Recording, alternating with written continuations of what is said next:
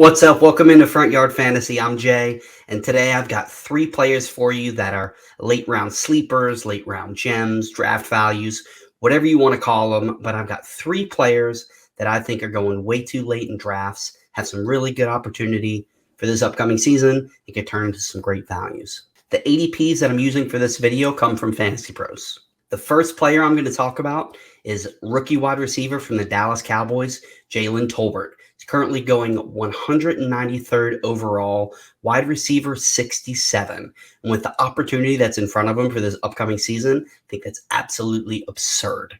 The Dallas Cowboys were a very pass-happy team last season, ranking 6th overall for pass attempts in 2021. Out the door is Amari Cooper. He was traded to the Cleveland Browns.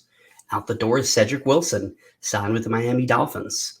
And at least to start the season, Michael Gallup isn't going to be on the field. He's fully expected to start the season on the PUP list, which is a minimum of 4 games, but with a late season ACL injury, while he is expected back sometime towards the beginning of the season, who knows how long it's going to be before he's back up to full speed, if he ever is this entire season.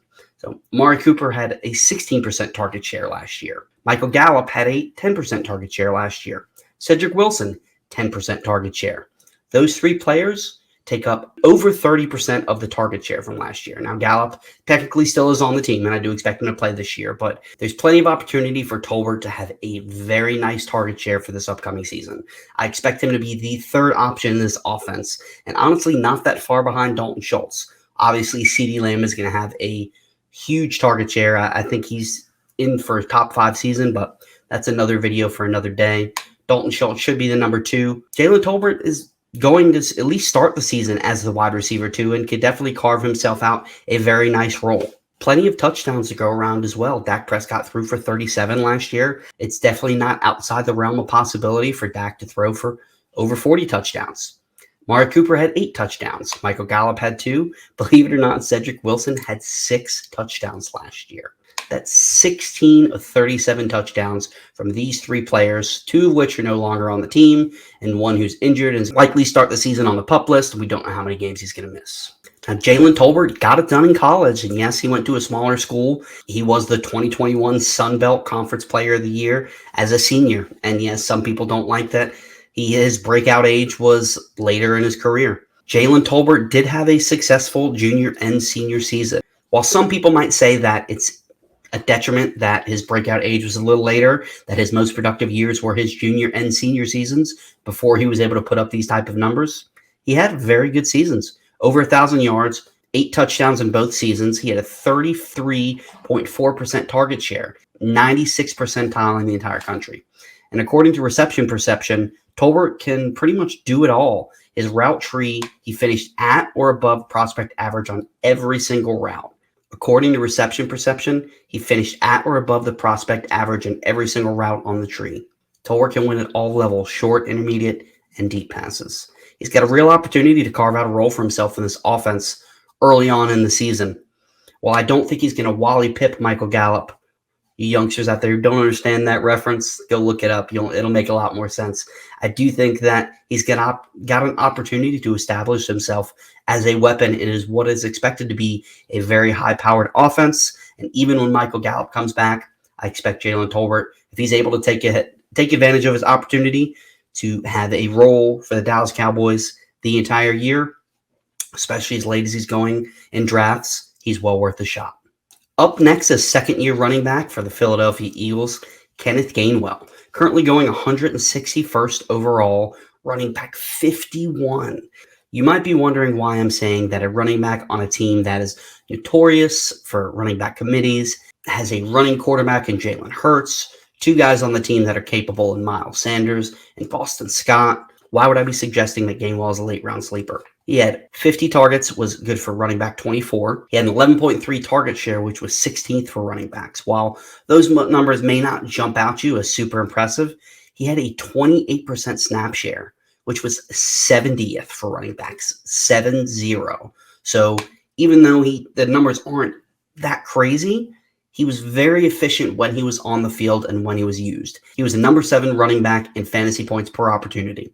He had 7.7 yards per reception, which was 12th overall, He was productive at the goal line. He had 10 goal line carries. He turned 4 of those into touchdowns. And he led the Eagles in red zone targets, not just for running backs, the entire team, wide receivers, tight ends, and running backs.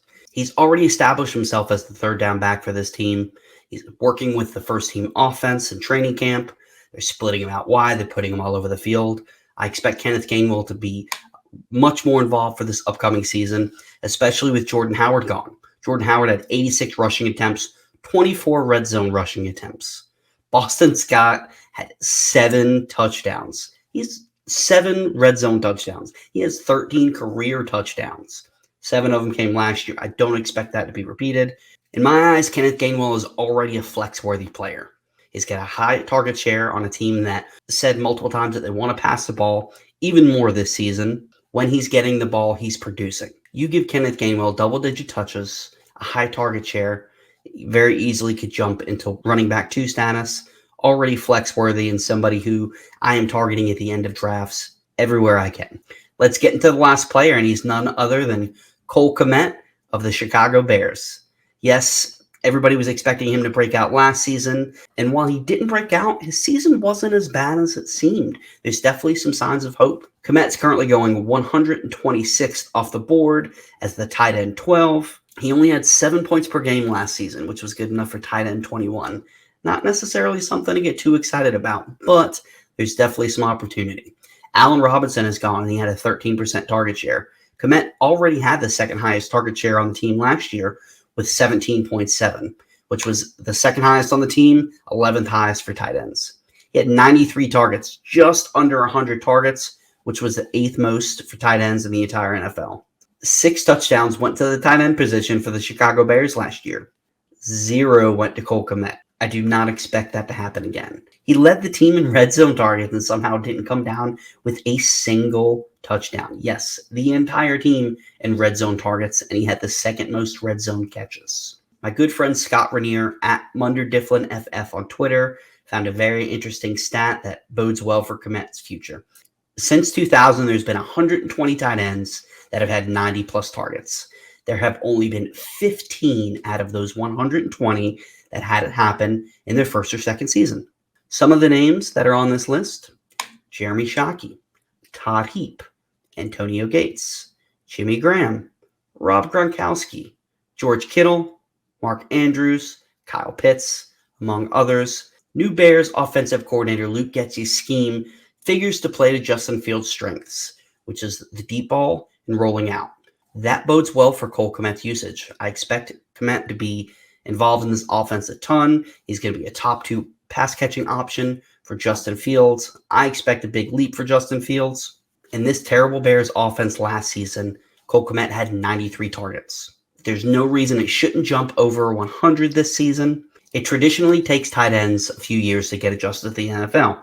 I think we were a year early on Cole Kmet. I think he's going to have a third-year breakout. Not going to take much for him to jump into weekly tight end 1 status. Not tight end 1 overall, a tight end 1 that you can be comfortable starting every single week. Make sure you give the video a like, subscribe to Front Yard Fantasy on YouTube, drop any questions in the comments below. Happy to help you with any questions, whether it's related to this video or otherwise. Let's go win some championships.